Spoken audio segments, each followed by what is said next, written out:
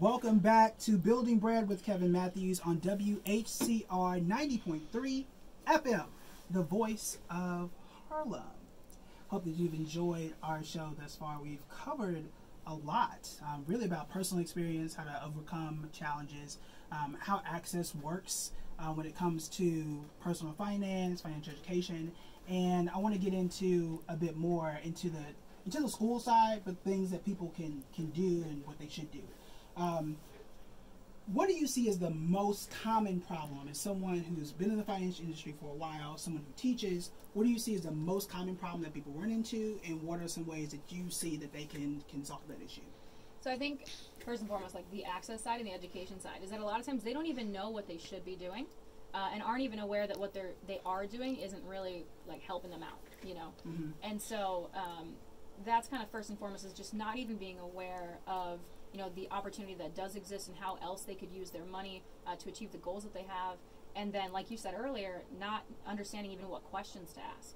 So, you know, that's kind of fundamental. And then even if and when they do have that access to that education and they do, you know, have that understanding, like they know they should be doing these things, Mm-hmm. a lot of times their mindset's what gets in the way. So Mm-hmm. it's this behavioral financial aspect that, you know, they know that they should be doing something, but they'd rather do this other thing because it's, you know, has more instant gratification tied to it, and, you know, compounding. And I loved what you were talking about earlier about the consistency of compounding and, you know, putting money towards these things all the time consistently. But people would rather, you know, spend that money on something that gives them instant gratification versus waiting to see the beautiful effects of that compounding, which, like, in reality doesn't start to get super sexy until, like, the medium to long term, as you're saying, until, like, you know, 65 years down the line. Yeah, it's weird, and most of it's like CNBC when you're watching people like throw things and like trade every day. But yeah, you're not really gonna see crazy results until, like, if you're lucky, maybe 5 years, depending on what you're putting in. But like, it's a long-term game. Yeah, like there's no, like, CNBC doesn't have a segment on like checking in on somebody's like 401k balance every day. Right. And there's a reason for that. Yeah. You know, it's because it doesn't grow that much every day. Right. But it's those consistent contributions and dollar cost averaging and making sure that you're investing the way that you should be that's going to pay off for you in the long run. And I think what I try to tell people, and this comes kind of from more of the sort of like athletic, you know, physical fitness side of things, which is just trust the process. Yeah. So definitely. you have to trust your coach, right? You've got to know that, like, the daily things that you're doing, each one of those little decisions does have an impact on the future. You know, just thinking like, oh, I just worked out and now I can go, you know, eat an ice cream cone is like counteractive to what the work that you just did.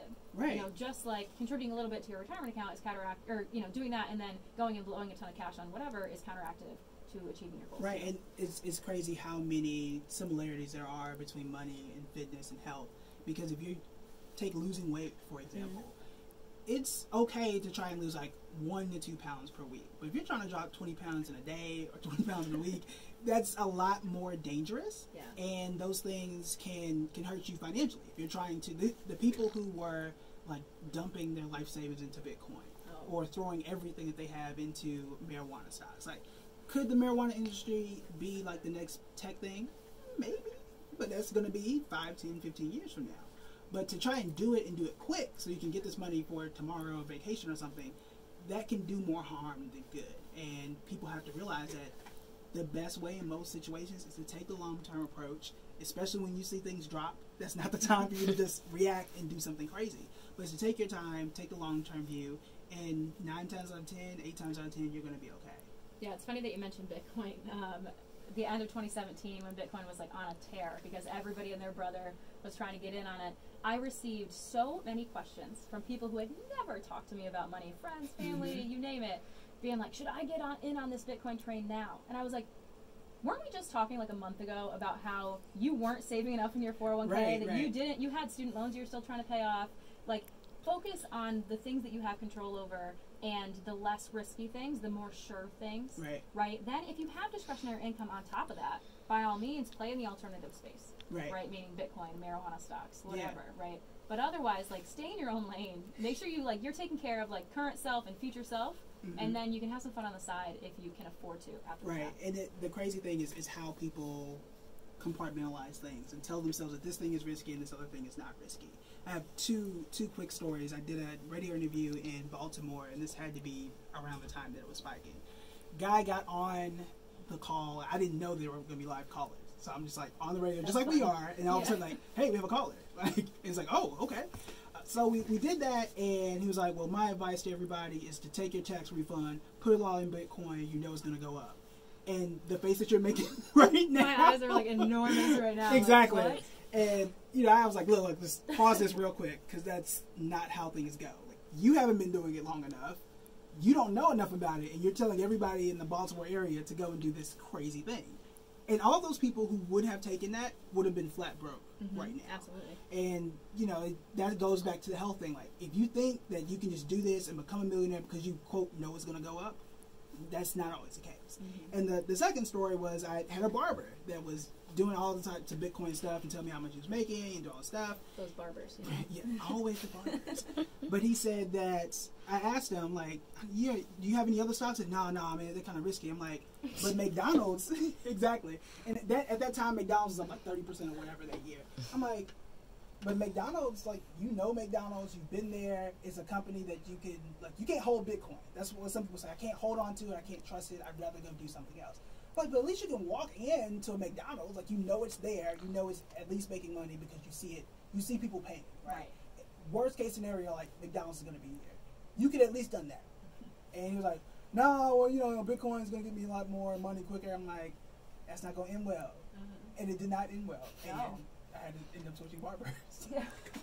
Because you were like, I come here to have a pleasant conversation with my barber. And this is not. Well, it was like, I'm trying to, part of it was distance, because I just wasn't traveling that far before.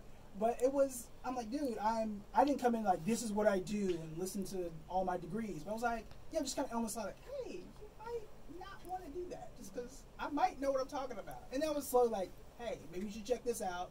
You know, it's up to you, but at least check it out. And he didn't do it. He ended up doing, I think he put 3,000 to 4,000 in it, and then ended up snatching everything out once it hit 1,500 after he lost so much.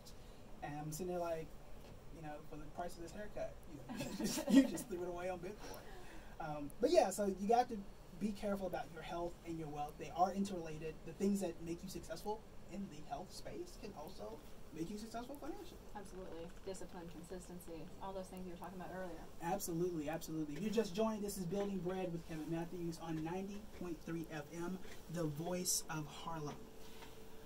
When you mentioned the mindset thing, I wanted to ask you, this is one that I've pretty much asked consistently across the board. What is your philosophy on money? It's a good question. It's kind of hard to like really sum up in something succinct, because I was trying to think about how I might answer a question like that. To me, money is the currency of life, and it allows you to accomplish things that you otherwise wouldn't be able to accomplish if you didn't have that money.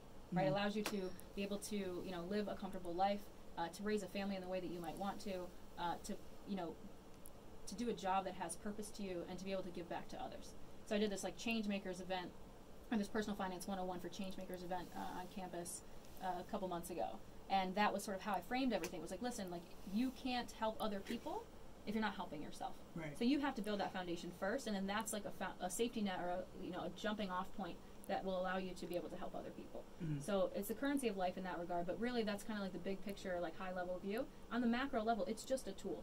And just like anything else, any other tool, be it, you know, pliers or a monkey wrench or whatever, if you don't know how to use it, you're not going to be able to accomplish the task at hand. You know, like trying to use, I don't know, a tire iron to like fix your faucet, like isn't going to go so well. Right. Just like trying to use Bitcoin to pay for your retirement isn't going to go so well. Right. You know, and so at the end of the day, it's just a tool. And I think when people try to remove the emotion from it, that's where they can have pretty tremendous shifts. Yeah, and that emotion thing, that is something that I think everybody gets caught up in. I do. Yeah, it's a difficult thing to manage. So when it comes to the emotional side of money, and I think maybe it was on Instagram, but there's a, like, paying off debt. Like, there's the emotional side of, like, let me pay the smallest balance off first, let me become more motivated and pay off the whole thing. Then there's the math side of it that says pay the highest interest off and go that way because you'll save more money.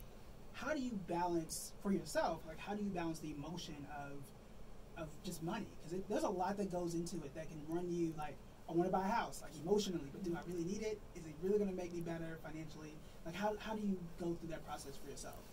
I think, well, first of all, my husband and I have very different money mindsets, which makes things a little challenging, and I actually think that's pretty, like, universal. A lot of people aren't, like, 100% on the same wavelength when it comes to money. But recognizing that and understanding how to kind of combat or moderate or adapt to your and your significant other's money mindset is really important.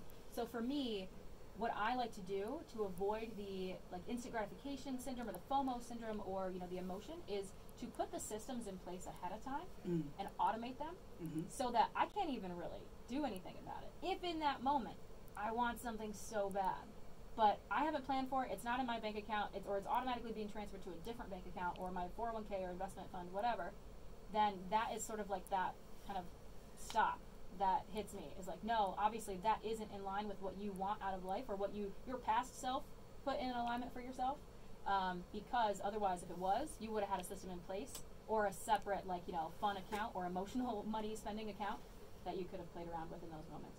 Right. I totally agree.